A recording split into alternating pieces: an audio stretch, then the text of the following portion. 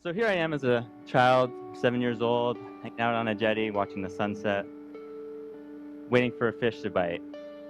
And I love fishing and I love this image because I think this image captures sort of the simple joy, the simple pleasure of fishing. I like fishing not just because, fish is delicious or there's thrill of catching a fish, but I liked it because I like being on the ocean.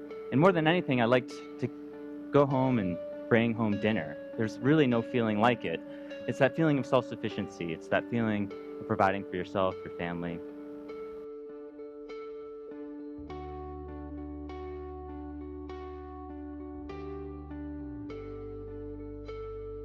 I came to Monterey to learn a little bit more about this sort of crisis, and I met a fisherman by the name of Jerry Nazika. And it was Jerry, through conversation that he shared with me, the troubles of commercial fishing and the fishermen here in the community.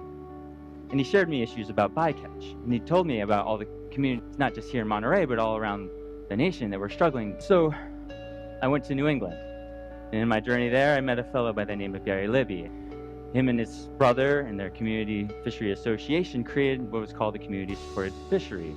And it was one of the first in the nation. And his whole idea was to start distributing seafood like you distribute like a CSA share or a farm share. And so he was getting fresh local seafood that he was getting from his fishermen and distributing it locally to the community. He was getting a better price for it. He was getting predictable demand. All these benefits were being seen by him. And then the community was also getting the freshest fish they'd ever got. They're getting good prices on them, but they were also connecting to Gary and their fishermen. He was connecting them to the ocean. And so that there was this sense of community that was building, that was reinforcing this sort of healthy system of people being aware of what was happening with not just the commercial fisheries, but the ocean and its health.